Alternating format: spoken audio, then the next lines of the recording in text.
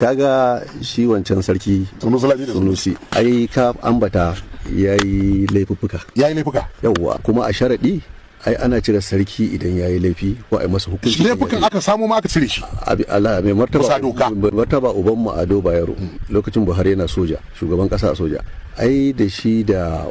Suwade wani sarki dai can sun yi wani abu wanda suka je kasar Isra'ila a lokacin kuma Najeriya ba ta yi da dangantaka da Isra'ila ba gwamnati ta kai su ba a karan kansu ziyara su suka je to amma tunda suna karkashin gwamnati suna da rawani sai aka ja kunnan sai aka musu hukunci aka tsaye da su daga zama sarakuna zuwa wani lokaci wata shida ko wani abu mai kama da wani kuma aka horo aka wuce wajen so idan mutum ya laifi shine bature yake cewa nobody is above the law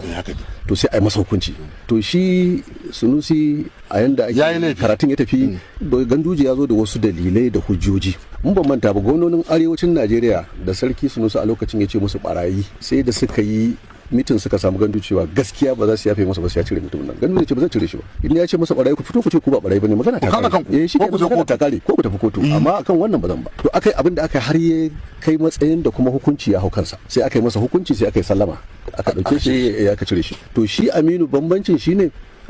sun yi gaggawa wajen cire shi da sauran sarakuna su ba a kawo hujjar dalili daya yawa ba a kawo cewa ya saci alƙalami ba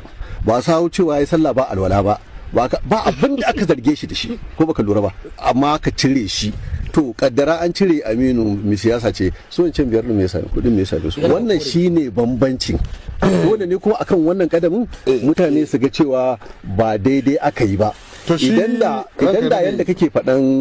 yan kwankwasiyar nan in ni ne nake son cire Aminu ina gwamna sai na same shi sai zan zura shi a ramin da zai laifi duk da na san ni personally ba zan ba saboda na san haramun ne amma in a siyasance zan yi sai na zura shi yayi laifi 100 ba daya sai ka halaka shi sai kawai ce to ga jama'a ga hujja ba wanda zai ce kala amma rana daya kamar yanzu gwamnati yana takama sai majalisa sai a ce ka fita daga gidanka an zalunce ka ko ba a zalunce ka ba an zalunce ka in ba a baka wani sabo ba in kuma ba wani project za a yi wajen ba to wannan gaskiya shine dan abin da ya faru akan to a fahimta ta to ita wannan fahimtar taka gaskiya ne amma abin da zan sake gaya maka shi kenan idan babanka ya je ya fashi Allah kiyaye baban sa kenan ko baban wani ya je ya fashi aka kama shi aka hukunta shi ai ba a laifi ba